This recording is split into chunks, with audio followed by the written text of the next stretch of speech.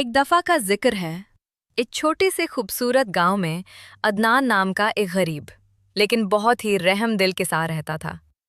वो दिन भर अपने खेत में सख्त मेहनत करता था। एक दिन जब वो खेत में काम कर रहा था तो उसे झाड़ियों में एक जख्मी सफेद कबूतर मिला। उसका पर टूटा हुआ था और वो दर्द से तड़प रहा था। असलम को उस पर बहुत तरस आया। वो उसे अपने घर ले आया, उसके जख्म पर पट्टी बंधी और उसे रोज दाना पानी देने लगा। कुछ ही दिनों में कबूतर बिल्कुल ठीक हो गया।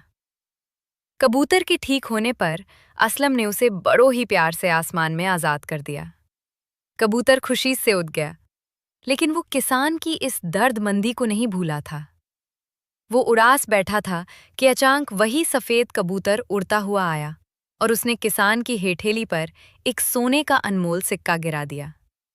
किसान की सारी मुश्किल पल भर में दूर हो गई। सच है दोस्तों, कर भला हो भला। जब आप किसी के साथ अच्छा करते हैं तो खुदा आपके साथ भी हमेशा अच्छा ही करता है।